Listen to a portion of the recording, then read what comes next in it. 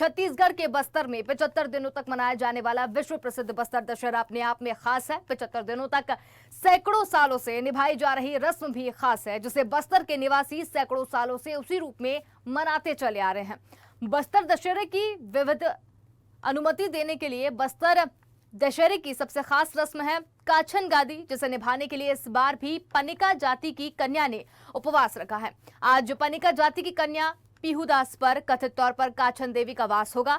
परंपरा के अनुसार अमावस्या के दिन राज परिवार के सदस्य राजमहल से पैदल चलकर काछन गुड़ी पहुंचेंगे, जहां बेल कांटों के झूलों में झूल रही काछन देवी से विधिवत बस्तर दशहरा मनाने की अनुमति लेंगे। और इस रस्म को पूरा करने के दौरान बस्तर की बुजुर्ग महिलाएं विशेष प्रकार की बस्तरिया वाद्य यंत्र के जरिए देवी देवताओं का जगार गीत गाकर आवाहन करती हैं।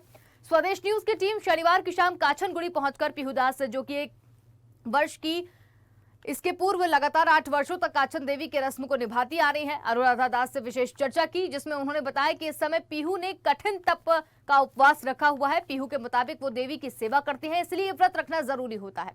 इस वर्ष पहली बार पीहू इस रस्म को निभाएगी। कठिन तप साधना के साथ इस रस्म को निभाने वाली पीहूदास काछन गुड़ी पहुंच चुकी हैं। अनुराधा पढ़ाई कर शिक्षक बनना चाहती है, तो वहीं पीहू पढ़कर पुलिस अधिकारी बनना चाहती है। स्वदेश न्यूज की टीम अंधविश्वास को बढ़ावा तो नहीं देती, लेकिन ये बस्तर की परंपरा है जिसे जनता के सामने ला रही है। और इस रस्म में अनेक विधान काछनगुड़ी मंदिर से संपन्न होते हैं। विधान पूरे होने से पहले काछनगुड़ी में गुरुमाए धनकुल बजाती हुई देवी की महिमा के गीत गाकर देवी को आमंत्रित कर आवाहन किया जाता है। 6 वर्षीय पीहूदास इस वर्ष पहली बार काछन देवी सवार होने के बाद बेल कांटों से बने झूले पर आसीन होकर दशहरा पर्व मनाने की अनुमति उनके द्वारा दी जाएगी। विश्व प्रसिद्ध बस्तर दशहरे की शुरुआत हो चुकी है और स्वदेश टीम आज आ पहुंची है बस्तर दशहरा की कवरेज के लिए। तो चलिए, आज इस महा कवरेज का पहला दिन है। हम देखते हैं उस छोटी सी बच्ची के बारे में जो कल के जो खास प्रोग्राम है काछन गादी, उसमें वो बच्ची देवी बनने वाली है। वो क्या होती है परंपरा, उस परंपरा में कैसे देवी को आह्वान किया जाता है, इस पर हम खास रिपोर्ट दिखाते हैं। ये है कि आपके यहाँ से एक छोटी बच्चियाँ जो रहती है देवी बनती हैं। 22 पीढ़ी चल रहा है हमारा काम करते करते। ये दंतेश्वरी वार्ड है ना, ये विद्या ज्योति स्कूल है। तो शुरू में बरवा किए, उसके बाद फिर वो देवी चढ़ाना शुरू किए। बिना बरवा का नहीं होता है। उसको पूछते हैं ना, अच्छा से ठीक से काम हो, ठीक से दशहरा हो, पूरा दशहरा का उसको भार सौंपा जाता है। बड़ी हो जाती है ना, बालिका हो जाती है तो नहीं आता है, माता नहीं चढ़ता है, फिर दूसरा ढूंढना पड़ता है। चाहे गांव से अपने परिवार में रहने ठीक है, नहीं तो दूसरे गांव से लाते हैं। नवरात्र में कन्या पूजन का एक खास महत्व है और बस्तर में जो कन्या को देवी की तरह पूजकर उसे तैयारी की जा रही है कि वो देवी परमिशन दे कि बस्तर दशहरे की शुरुआत हो। वो बच्ची कौन है, वो कहाँ से आई है, उसे आज हम बातचीत करते हैं। पीहू कौन सी क्लास में पढ़ती है? फर्स्ट काछन गादी। क्या कर तुम्हारी पूजा उजा की क्या? ये रिश्ता नहीं मालूम ना, ये नहीं जानती है, समझती है, लेकिन वो देवी चढ़ता है इसको पता नहीं है, नहीं जानती है।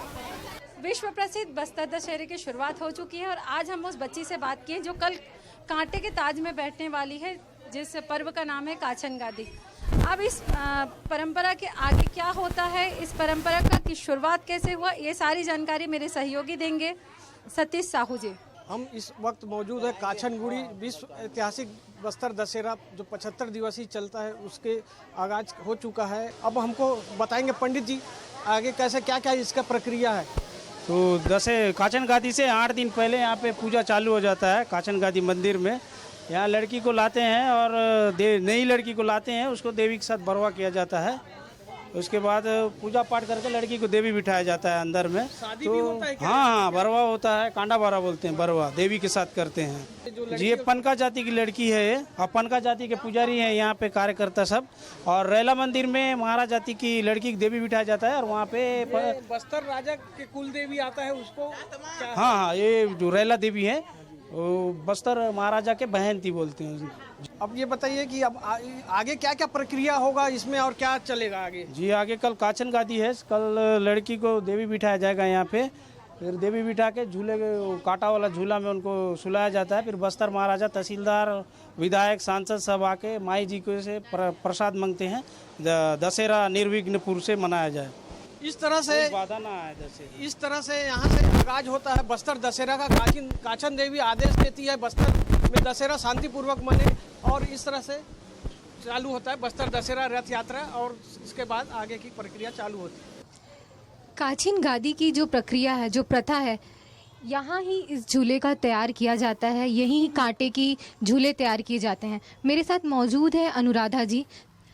आपको जब कांटों के झूलों में बिठाया जाता है, आपको कुछ थोड़ा सा भी दर्द होता है? नहीं। कभी ये खून निकलना ऐसा कुछ आपको महसूस हुआ कुछ? नहीं। कैसे लगता है जब आपको एक देवी मानकर लोग पूजते हैं?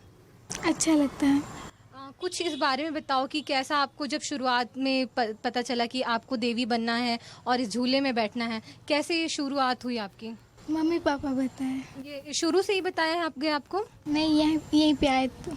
अच्छा, अभी तो अब दूसरी आपके परिवार से दूसरी बच्ची बनने जा रही है। आप स्कूल जाती हैं? जाती हूँ। क्या बनना चाहती हैं आप? शिक्षक। शिक्षक बनना चाहती हैं? हाँ। ये बताइए, देवी कैसी दिखती हैं आपको?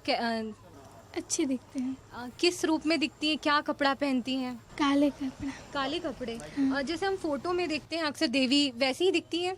नहीं। कैसी दिखती है?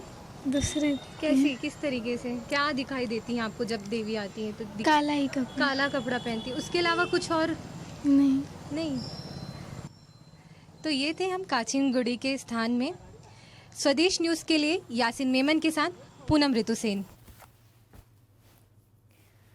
तो विश्व प्रसिद्ध बस्तर पर्व की शुरुआत हो चुकी है। पूरी स्टोरी भी हमने आपको दिखाई है। काचन गादी रस्म के साथ इस पर्व की शुरुआत होगी, और ज्यादा जानकारी के लिए हमारे साथ छत्तीसगढ़ से रेणु नंदी तिवारी हमारे साथ में यहाँ पर जुड़ गए हैं। जी रेणु, काचन देवी जो रस्म निभाने की जो यहाँ पर बात की जा रही है, किस तरीके का पर्व है ये, और इसे किस तरीके से निभाया जाएगा? जी अंशुल, ये 75 दिन का जो दशहरा उत्सव शुरू होता है, ये बस्तर में शुरुआत हो चुकी है, और ये काचन गादी जो पर्व होता है इसी से शुरुआत होती है इस पर्व की। और इसमें एक बहुत छोटी बच्ची जो रहती है, जो उम्र में 11-12 साल से भी नीचे की बच्ची रहती है, उस बच्ची को देवी के रूप में माना जाता है। उसमें देवी चढ़ती है और उस बच्ची को एक कांटों से भरे झूले में बिठाया जाता है, और उस झूले से लेके उस झूले में उसको झुलाती हैं। उनके परिवार के सदस्य रहते हैं, पूरे सामाजिक लोग रहते हैं, और उस झूले में उस बच्ची को झुलाने के बाद में राजा आएंगे। अभी शाम का जो ये रिचुअल शुरू होगा, इसमें यहाँ के जो महाराजा हैं वो आते हैं, और वो महाराजा एक औपचारिक रूप से उन देवी रूपी जो कन्या वहाँ पे झूले में बैठती हैं, उनसे वो एक रिक्वेस्ट करते हैं कि अब आप हमें दशहरा उत्सव मनाने का परमिशन दे दीजिए।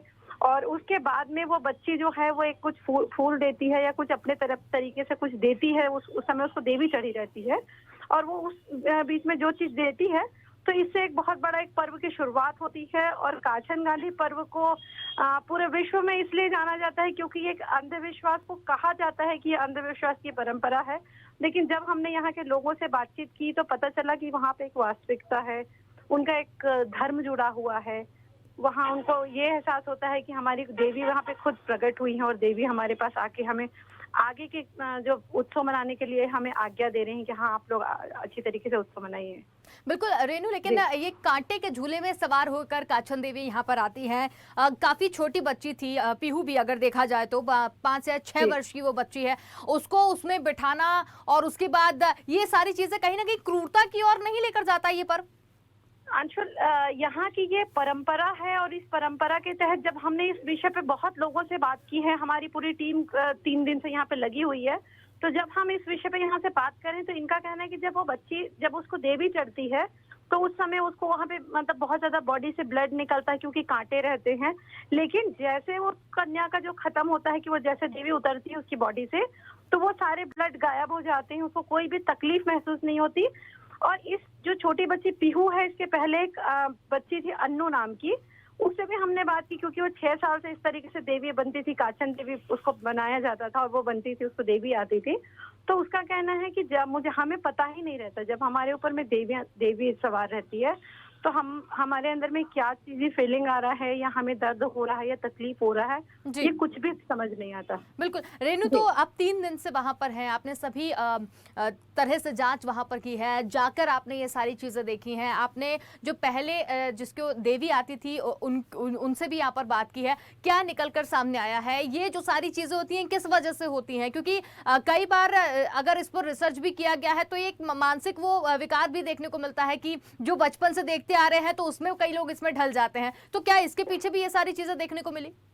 जी अंशुल, जिस तरीके से यहाँ पे बातें हो रही है और जिस तरीके से हमने बच्ची के परिवार से बात की, तो ये समझ आ रहा है कि जो पनका जाति के लोग हैं, ये यहाँ के पनका जाति है, उसी परिवार से ये सालों से परंपरा चली आ रही है कि उसकी दादी भी देवी बनती थी, और उसके बाद में ये बच्ची आ रही है, उसके बाद पीढ़ी दर पीढ़ी चल रहे हैं कि बच्ची की बुआ भी आई है। तो एक तरीके से साइकोलॉजिकली पॉइंट ऑफ व्यू से देखें तो हमें ये भी लगता है कि बच्चा बचपन से ये सारी चीजें देख रहा है, उन ढोल नगाड़ों को सुन रहा है, वो रिदम उसके माइंड सेटअप में है। बिल्कुल। तो कहीं ना कहीं से बच्चा बचपन से इन सब चीजों के लिए इंस्पायर होता है, वो मेंटली प्रिपेयर होता है। बिल्कुल। चलिए रेनू जी, बहुत धन्यवाद हमारे साथ में जुड़ने के लिए और तमाम जानकारी हमारे साथ में साझा करने के लिए। तो काछन गादी रस्म के साथ पर्व की जो शुरुआत है वो कुछ देर में हो जाएगी और कांटे के झूले में सवार होकर काछन देवी से अनुमति ली जाएगी कि दशहरा पर्व किस तरीके से मनाया जाए।